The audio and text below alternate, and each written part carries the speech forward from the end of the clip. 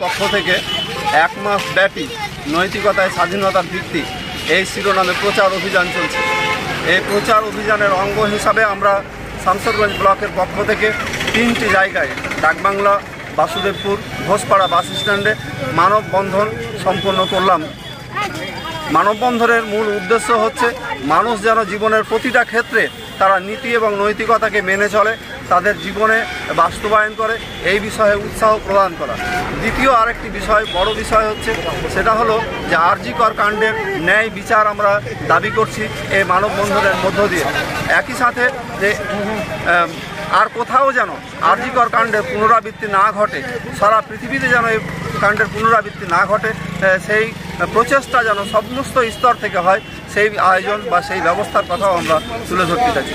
একই সাথে সমাজ বিধ্বংসকারী জেনা, ব্যভিচার, ঘুষ, সুদ, জুয়া, হেরোইন, আফিং, গাঁজা, নেশা, নারী পাচার, বাল্যবিবাহ, কন্যা ভ্রূণ হত্যা, যাবতীয় অপকর্ম সমাজে আছে, সমস্ত সামাজিক অপকর্মগুলোকে যেন নির্মূল করা যায়, এই উদ্দেশ্যে আমরা মানববন্ধন সম্পন্ন করলাম।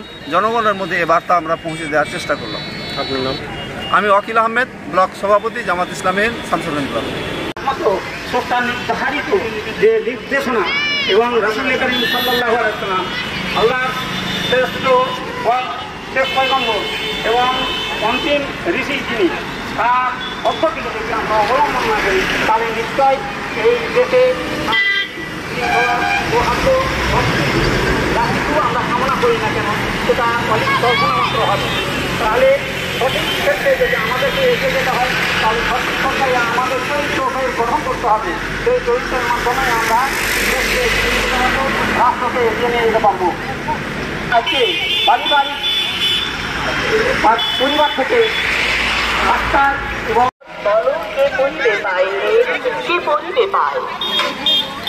স্বাধীনতা সবাই ভালোবাসে। স্বাধীনতা আমাদের জন্মগত অধিকার। জাতি, ধর্ম, বর্ণ, লিঙ্গ নির্বিশেষে প্রতিটি মানুষেরই জন্মগত অধিকার স্বাধীনতা। একজন ব্যক্তি মেধা ও উদ্ভাবনী দক্ষতার বিকাশ তথা সামগ্রিক, কিন্তু কয়েকটি গুরুত্বপূর্ণ প্রশ্ন করে না। অবাধ স্বাধীনতা কি সমাজে বিপর্যয় সৃষ্টি করে না? এই প্রশ্ন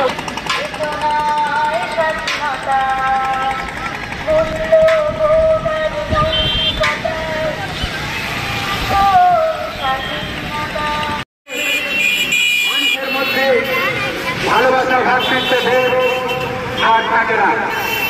যখনই ভ্রাতৃত্ববোধ ভালোবাসা মানুষের কাছ থেকে সমাজ থেকে উঠে যাবে, তখনই শুরু হবে মানুষের মধ্যে মারামারি, হানাহানি, উচ্ছৃঙ্খলা। আমরা চাই না মানুষ হিসাবে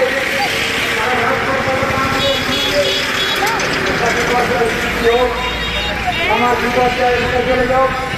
আমরা চাই না যে শান্তি শৃঙ্খলা পূর্ণ হয়ে একটা বিশৃঙ্খলা সমাজে আমরা বসবাস করতে চাই না। আপনি লক্ষ্য করেছেন, আমরাও লক্ষ্য করেছি যে ভারতবর্ষে আমরা ভারতবর্ষে পার্লামেন্টে একটা আইন পাস করেছি, যেটা হচ্ছে বিষ্ণুবিধান। একটা মানব সমাজে এটা কি করে হতে পারে? একটা পর্যাপ্ত বিয়ে না করে একটা পুরো সমাজকে বুড়া আঙুল দেখিয়ে অবৈধভাবে দীর্ঘদিন বসবাস করি।